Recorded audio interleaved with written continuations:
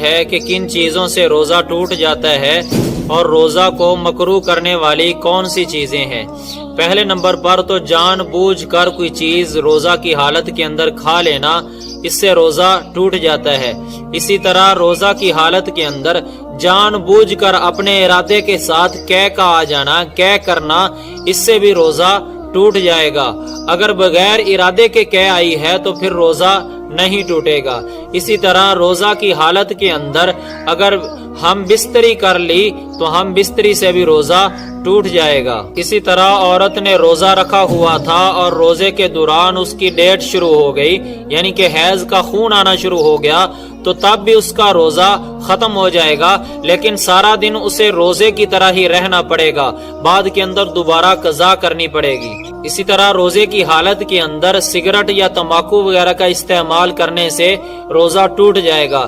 اسی طرح روزے کی حالت کے اندر اپنے ناک کے اندر تر دوائی ڈالنے سے بھی روزہ ٹوٹ جائے گا۔ اسی طرح روزہ رکھنے کے بعد دانتوں کے اندر کچھ ذرات نکل آئے اور وہ ذرات اتنے ہیں کہ چنے کے برابر ہیں، اور پھر ان ذرات کو جان بوجھ کے اگر آگے نگل لیا تو اس چیز سے بھی روزہ ٹوٹ جائے گا۔ روزہ کی حالت کے اندر مسوڑوں سے یا دانتوں سے خون نکل آیا اور وہ خون اتنا ہے کہ وہ خون اگر حساب لگایا جائے تو تھوک پر غالب تھا اور انسان نے آگے نگل لیا تو تب بھی روزہ ٹوٹ جائے گا۔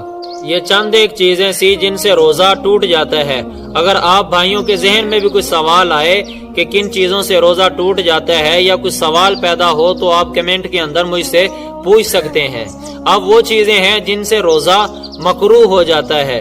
پہلے نمبر پر جان بوجھ کر کوئی چیز منہ کے اندر رکھے رکھنا، اس سے بھی روزہ مکروہ ہوتا ہے، اور اسی طرح کوئی جان بوجھ کر چیز چکھتے رہنا، اس چکھنے سے بھی روزہ مکروہ ہو جاتا ہے۔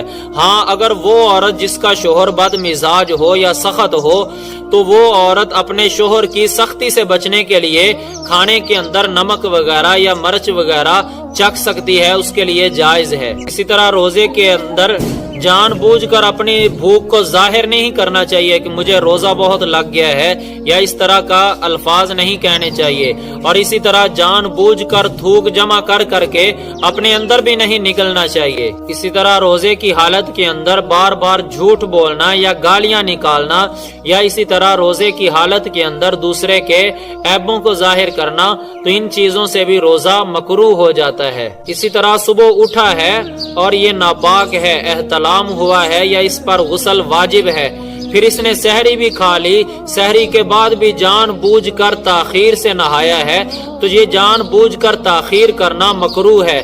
بلکہ اگر سحری میں کافی وقت پڑا ہے تو پہلے نہا لے، وگرنہ سحری کھانے کے بعد جتنا جلدی ممکن ہو سکے اپنا غسل کر لے۔ اب اگلی ویڈیو میں ہم بیان کریں گے کہ کن چیزوں سے روزہ نہیں ٹوٹتا۔